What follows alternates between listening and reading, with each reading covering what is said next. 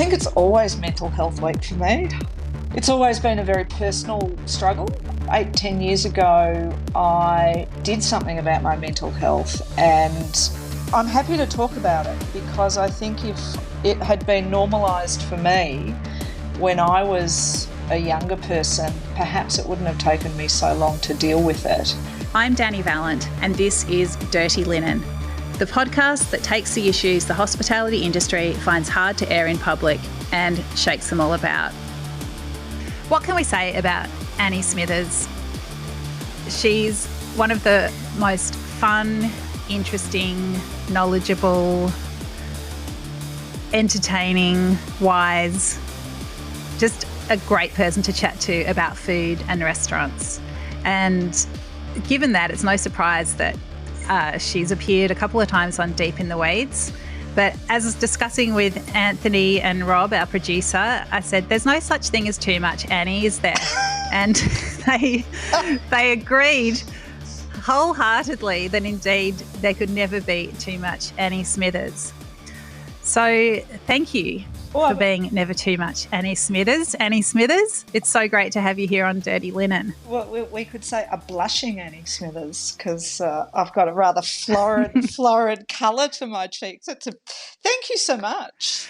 That's an absolute pleasure. And when I rang you yesterday to have a chat about this podcast and you didn't answer the phone, I envisaged that you were out feeding geese.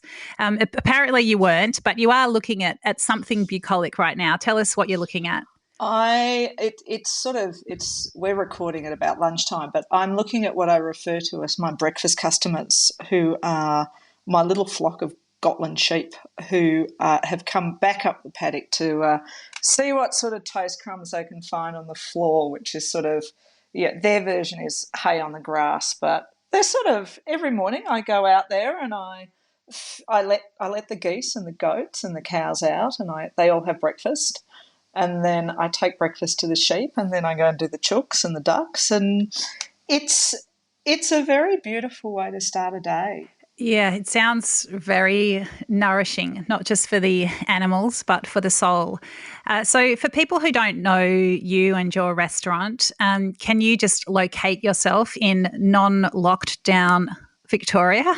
I am in non-lockdown Victoria. I'm still under restriction in terms of how many people we can have, but I live in the beautiful spa country of Victoria. So I live in a little town called Lionville, which is halfway between Trentham and Daylesford, and I have a restaurant that seats about 30 people in Trentham that we grow a lot of the fruit and vegetables for on my little farm here. And it's just such a very unusual position to be in, where I assume that in normal times many of your customers come up the highway from Melbourne. It's an easy jaunt. But of course, at the moment, Melburnians are in reverse siege. I don't know how to think about it. It's we are locked down and our country cousins are not. So how is it going? How's custom going without your Melbourne customers at the moment? Well, we miss them. I can tell you that much. But so last week when it transpired that you would all be locked down again, I think it happened on the Tuesday afternoon, and I was actually coming back from far western Victoria with a ram in a crate. So I was having a country outing. As you do. As you do. And one of the girls from work rang me and said, "Are you listening to the news?" And I said, "No." So she told me, and then on Wednesday I decided I would just have a mental health day and stay outside and attend to said ram with his new ladies and the paddock and the vegetables.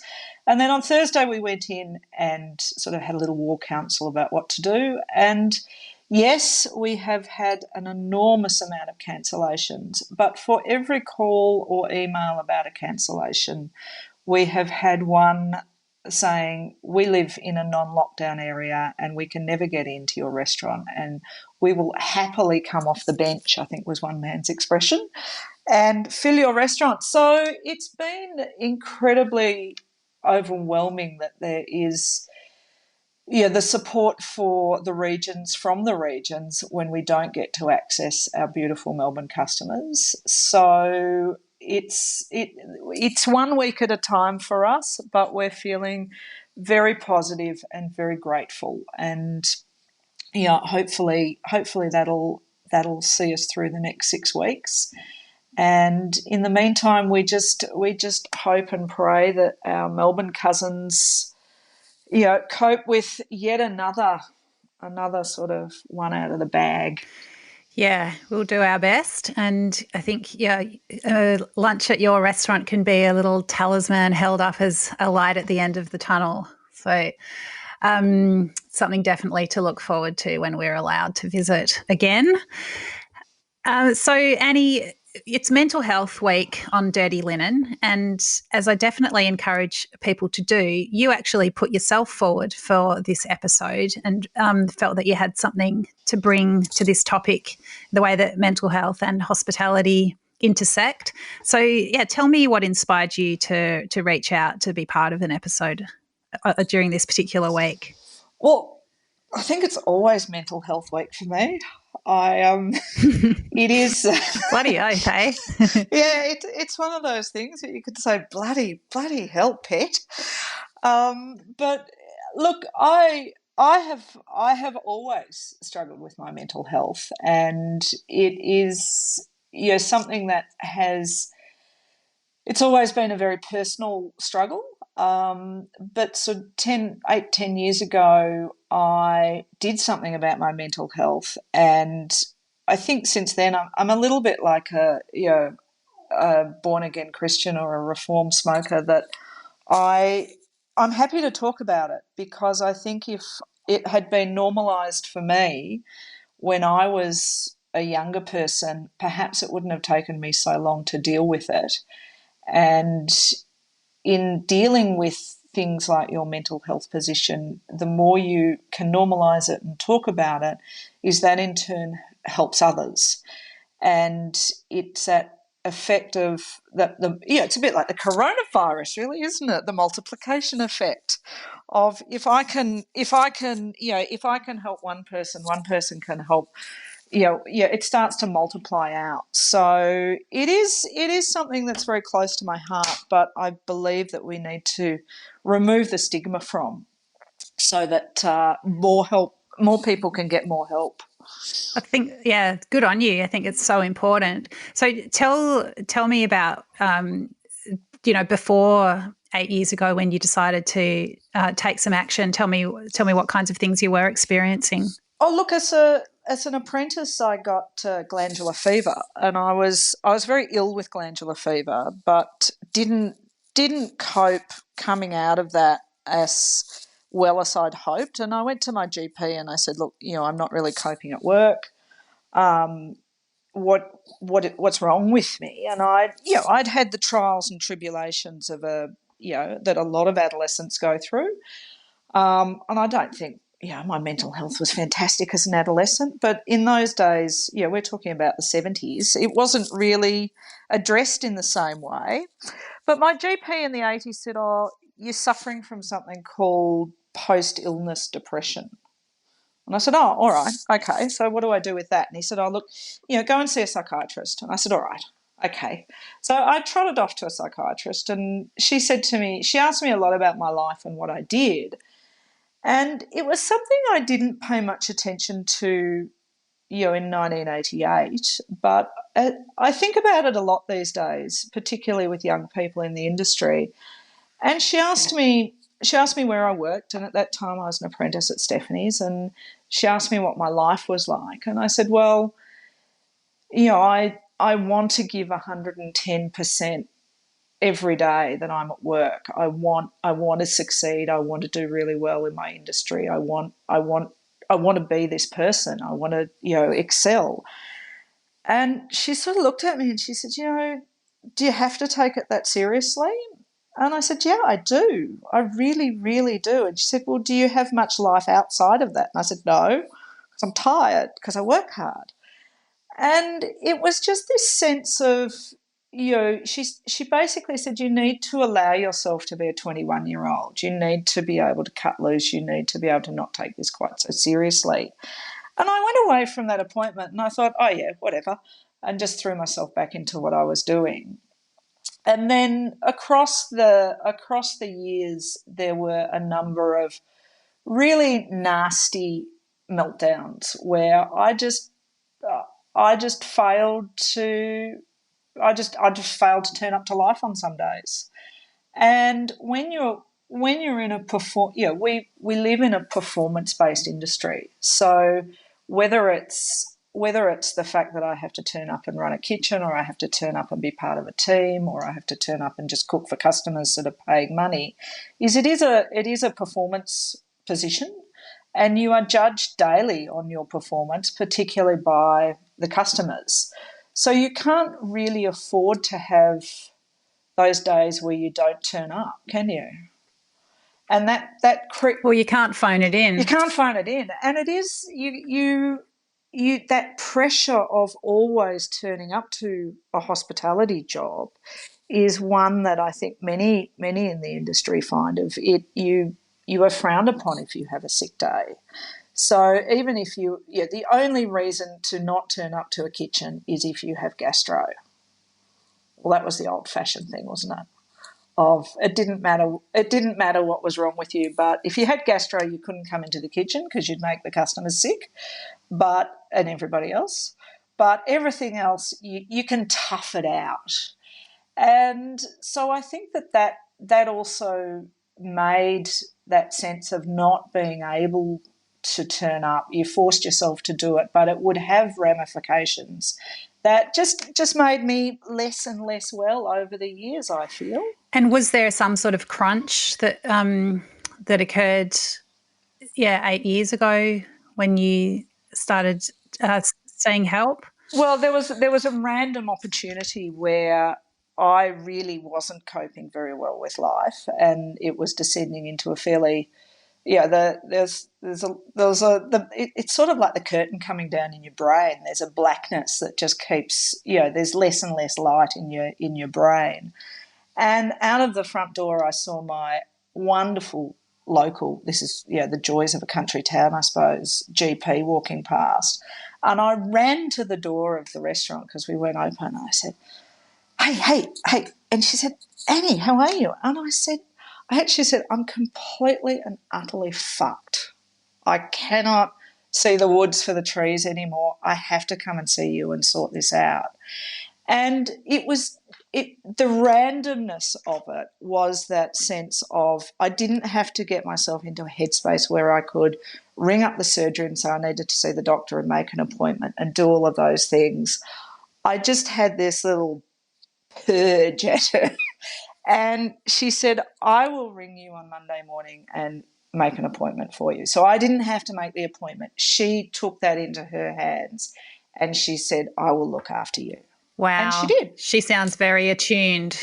She is very attuned. She's moved, unfortunately, she's moved out of general practice, but God love her, she has moved into care of the elderly. So she's a very empathetic woman. So so it was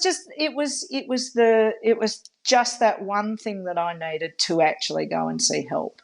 So she sent me off to a psychiatrist, and I went to a very straight up and down psychiatrist who was a drug, basically put me through some tests and said, I think you need to be medicated. And I was, and I hated it. And because it was a drug that made me a bit fuzzy and took the edge off me. And it was, having an edge in a kitchen is something that, we're a bit like knives, us cooks. We need to have a keen edge. And that wasn't great. And then, so I wasn't terribly good at taking my pills. And then, she retired and I found another psychiatrist and she put me on another drug, and that was a reasonably happy relationship for a couple of years. But as with all mental health stuff, it doesn't always play by the rules. And it doesn't matter how often you see somebody or what drugs they're prescribed. The ebb and flow of your own life changes that. So it sort of, the help that I was getting wasn't really working, and I fell in another big hole. And then I went back to my same GP and said, this isn't working for me. And that was a fairly grim time. But she then found me another psychiatrist, and I have been with him for the last 5 years. And initially, for 4 of those years, I saw him every fortnight, which is it's a bit of a hike getting from the country to Melbourne every fortnight to see your psych. But he felt that was necessary, and we've been through, I think, 3 different drugs in those 4 or 5 years, because every so often I've got to change them up. And I graduated about a year ago to seeing him once a month. And it's been, it doesn't mean that I don't fall in the odd hole, but he has given me a whole lot of information that we share at work, and I'll share with anyone who listens. But a lot of it is general information about patterns of behaviour and being, how you operate in the world today. That is great for me, because I need to have a toolkit of things to help me through life. But they're also things that help, people that I work with and people that I talk to, and basically anyone who'll listen. But do you have a diagnosis of a particular condition, Annie? Oh, yes. I suffer from depression, and I suffer from anxiety, and I'm borderline agoraphobic. So, I have a few things. I've got a portfolio. I've got a certificate that can, if I need to use my certificate, I can prop it out and say, I'm mad. But it's we're not really meant to encourage talk like that. But yeah, I am officially a depressed, anxious, vaguely agoraphobic person. Okay, those words aren't something that on face value you'd say, well, let's celebrate this. But I think it sounds like for you it's actually a relief to be able to name and label the things that you're feeling. Would that be a fair thing to say? I think it is a fair thing to say, and it is,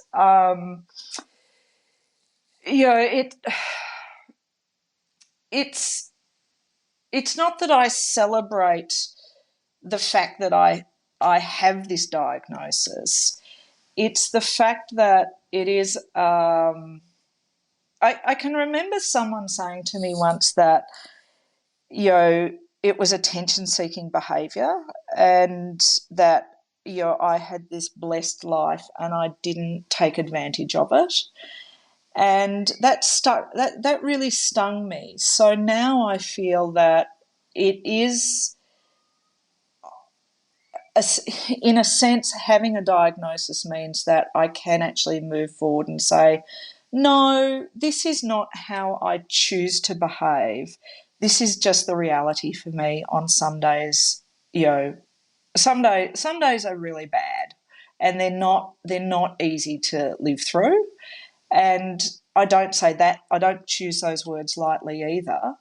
But there is an enormous celebration for all the good days, and you start to realise that what you do have on the good days is just gold, and it is to be celebrated. There is only today. We can plan a bit for tomorrow, and we can't do anything about yesterday. There is only today to live for, and that is, that's how I approach my life these days. And how have you built a life that helps you be your best, Dani? Well, I use a lot of the stuff that George has taught me, and these are sort of skills of, I used to be somebody who could be forced into a corner very easily. I wanted to do the right thing. I wanted to make people happy. as a lot of us in hospitality do. We strive, our job is to look after people and make them happy. And that's with customers, and it's also with employers. And also, as now that I'm an employer, with trying to make my employees happy. And I would often, as many of us do, I think, get forced into a corner of accepting, just accepting the situation and taking more and more on, but being uncomfortable with things. So, can you work more hours? Yes. Can you work some more hours? Yes. Can you give a little bit more? Yes, I can give a little bit more. Yes, yes, yes. And then at some point there's a breaking point where you snap and you come flailing out of a situation, barreling out of the corner. And the damage that you do then takes an enormous amount of energy to actually redress and sort of make amends for. So I've become much more upfront on what I can do. I know that there are some patterns in my behaviour that I need to always be aware of. Financial stress will always be, like for many of us, will be a catalyst for me to not do so well. So I've learned to communicate with the tax department without fear. I can ring them up and say, hey, I can't pay this bill. Whereas in the past I might have thought, oh, God, I can't ring them. They'll think I'm a failure. They'll think I'm terrible. I'm not holding my end up, whatever. I just ring them up and say, hey, listen, I can't pay this bill at the moment. Yeah, right. And I can, those are big, brave steps for me in my life. I can, I'm someone who can't actually ask for directions. I can't go into a service station and say, can you help me? So that sort of life is now being pulled out a little bit, where I can actually say, I need some help. Or I can also look at, behaviours that other people, put on me and say, hey, this is not my shit. This is where you are in your life. And you don't need to put that on me, because it's actually got nothing to do with me. It's like, the hangry customer who wants to give your staff a hard time because they're not getting their breakfast quickly enough. Is my staff are doing all the right things.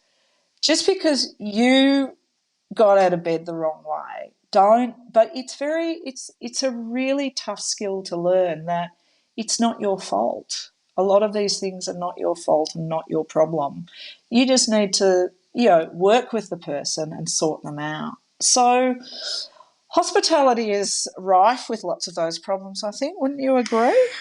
Yeah, definitely. I mean, I guess there's a lot of people and personalities interacting. So that's always going to mean that people are coming from different positions. Yes, people got out of the wrong side of bed.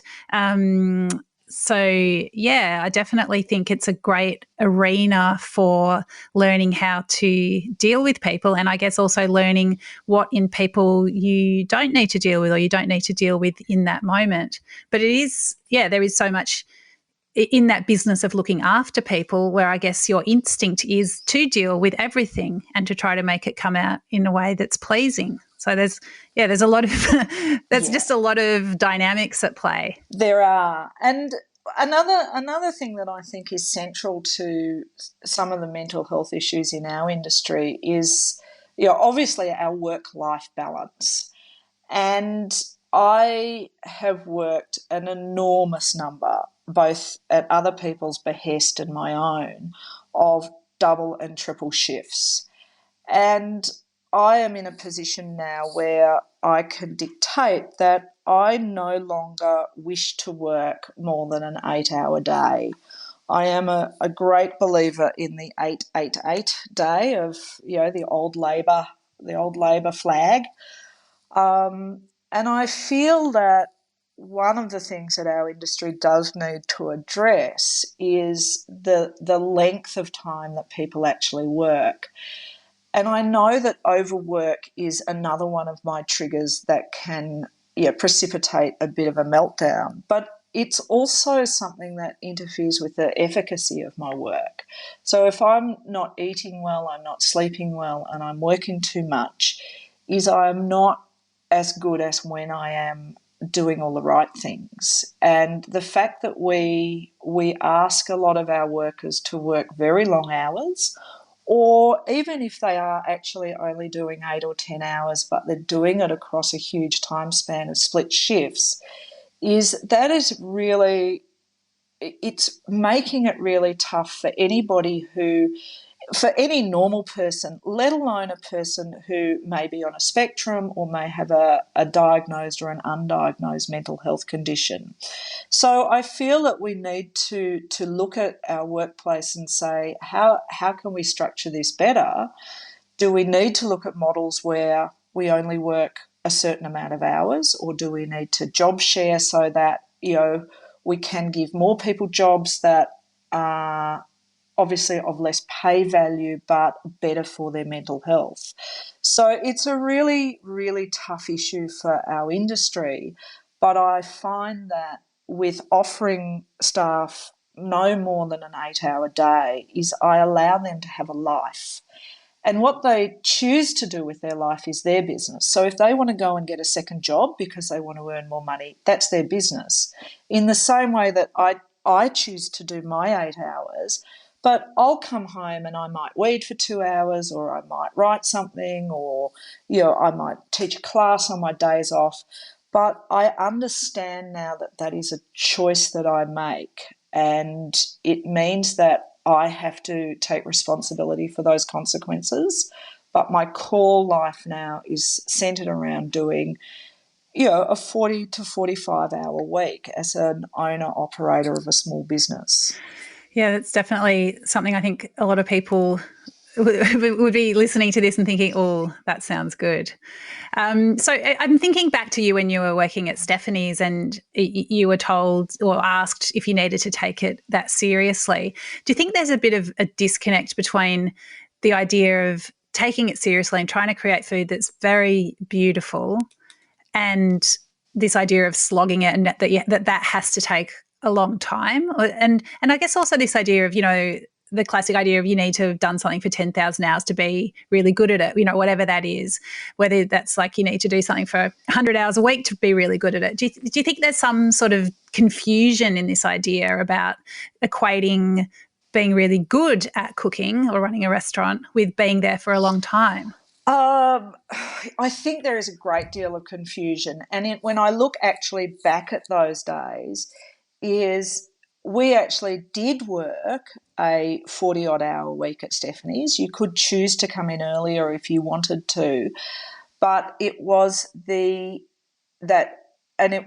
an incredible kitchen to sort of start do my apprenticeship in, because it was worked on a system of mentor and apprentice. So we worked in teams of a qualified cook with an apprentice in each section of the kitchen. So it is something that sort of I started with that has perhaps been diluted over the years that I've been cooking, and is almost coming back full circle in some of the sort of top class restaurants.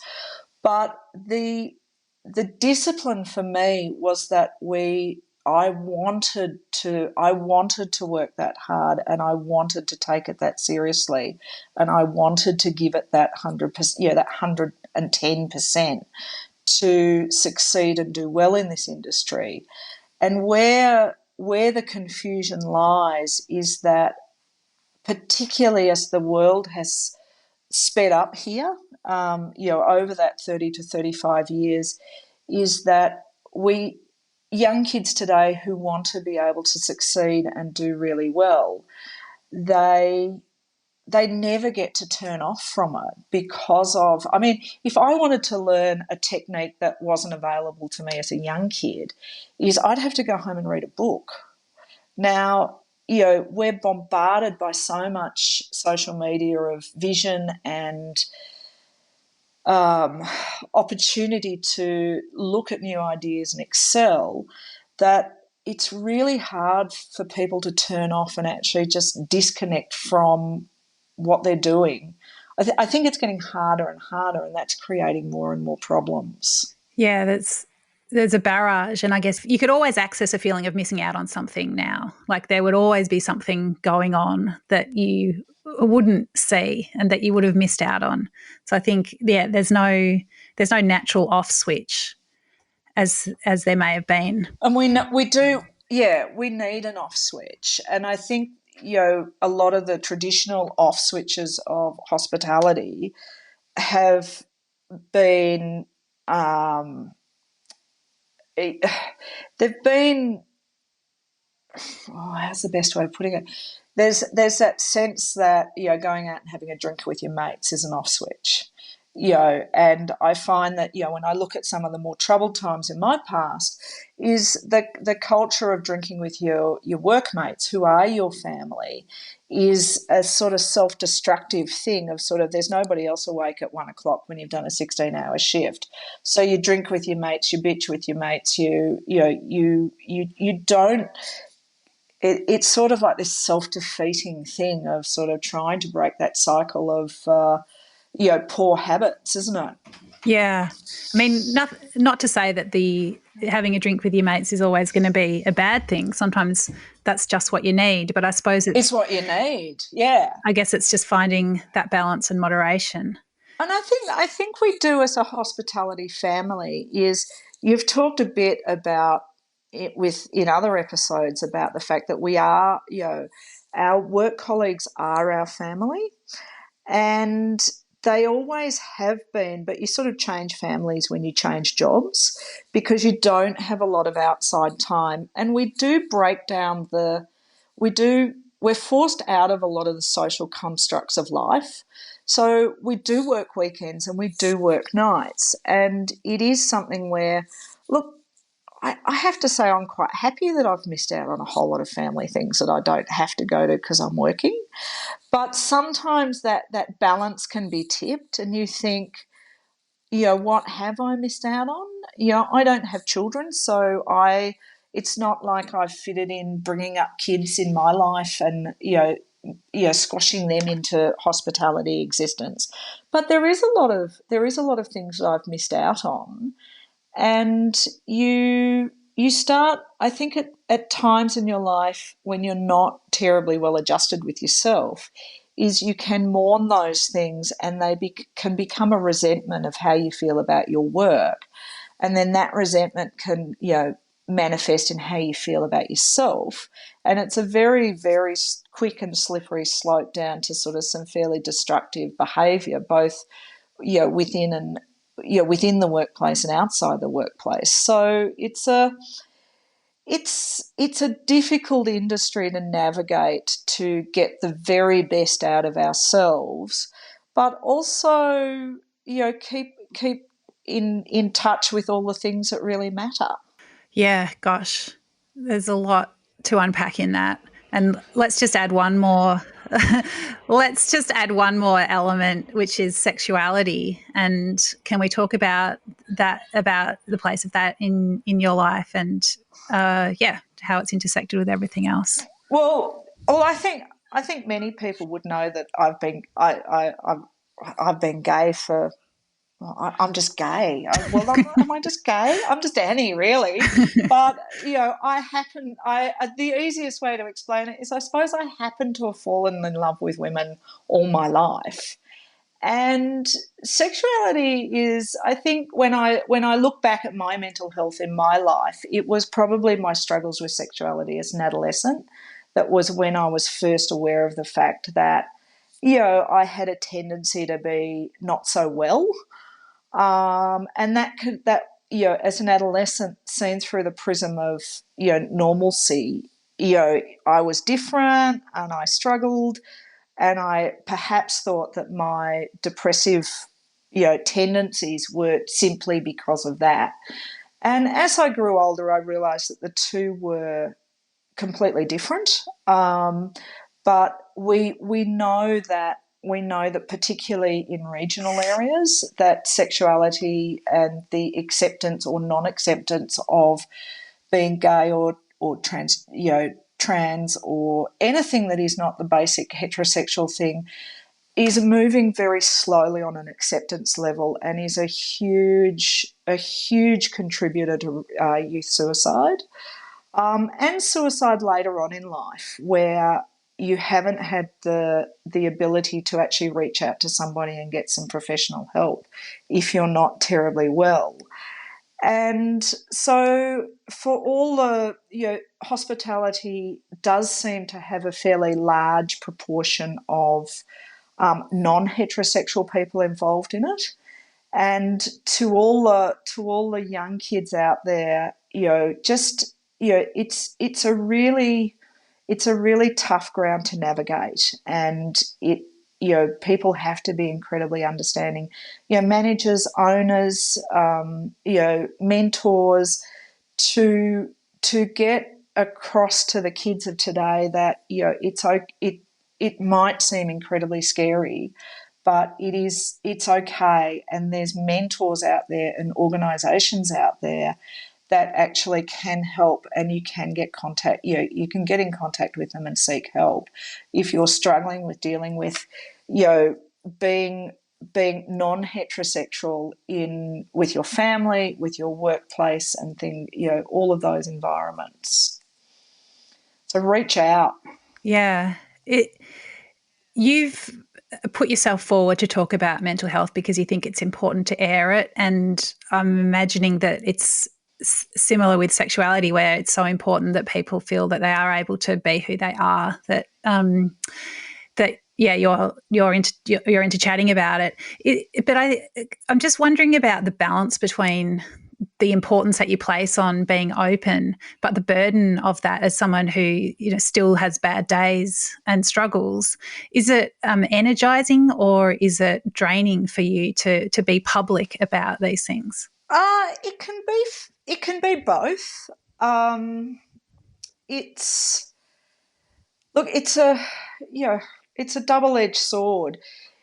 If we don't talk about mental health, or if we don't talk about bullying, or if we don't talk about these nasty sides of life, it gets swept under the carpet. Now, for example, I've had two dishwashers at various stages in the last little while at Fermier who have both had an anxiety attack out of the blue in the kitchen. Now, one is an adolescent girl, one is a post-adolescent girl, and both of them they just lost it. You just look up from the stove and all of a sudden you've got a kid 4 metres away from you, wringing their hands with tears running down their faces. And we're not a toxic environment, and you just look at them, and the first thing you think is, oh, have you cut yourself? Have you burnt yourself? No. And I immediately know what's happened because it happens to me. And so you just have to stop. And in my world, it's quite difficult because I'm the only cook in the kitchen. And you just have to put the hand up, and I take them by the hand, I lead them somewhere, I set them down on a milk crate, I get them a glass of water, and the first thing that they say is, "Oh my God, I can't believe I'm doing this to you. I'm taking you away from the customers." I say, "It's okay. It's 5 minutes. It actually doesn't matter. That 5 minutes doesn't matter." And they say, "Oh yeah," but I say, "I'm going to ring Mum and I'm going to get her to come and get you, and you're just sit down. It'll be all right. I've got to take something off the stove." And it's 5 minutes in my life. It's 5 minutes in my customer's life. And there's this sense of it's a really long 5 minutes, Dani, but they just need to be settled. And what comes next is always this statement of, I'm leaving you in the lurch. And for me, it's as simple as, if you had just picked up a pan that I hadn't told you was hot, and you had the whole palm of your hand was blistered, I would send you home because you couldn't wash dishes.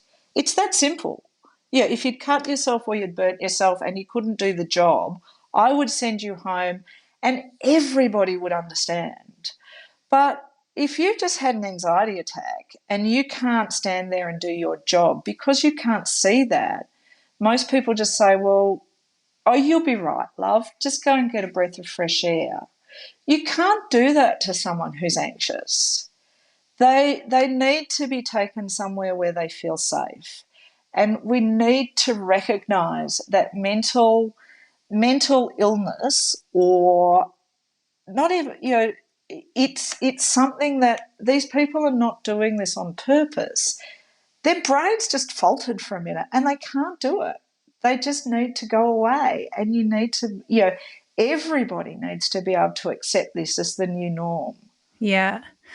Wow, Annie, I think if there's a kitchen in Australia that you had to cry in, I reckon yours would be the place, like to be dealt with such empathy and understanding. And I think, but it hasn't. But it hasn't always been the case, Daddy, because I've been the bully boy in the kitchen. I've resorted to those things in my past, and it's now that I've sought help, and I've looked into the dark pits in my soul and said, I've behaved badly. Others have behaved badly towards me, and I've behaved badly towards others. And I don't want to do this anymore.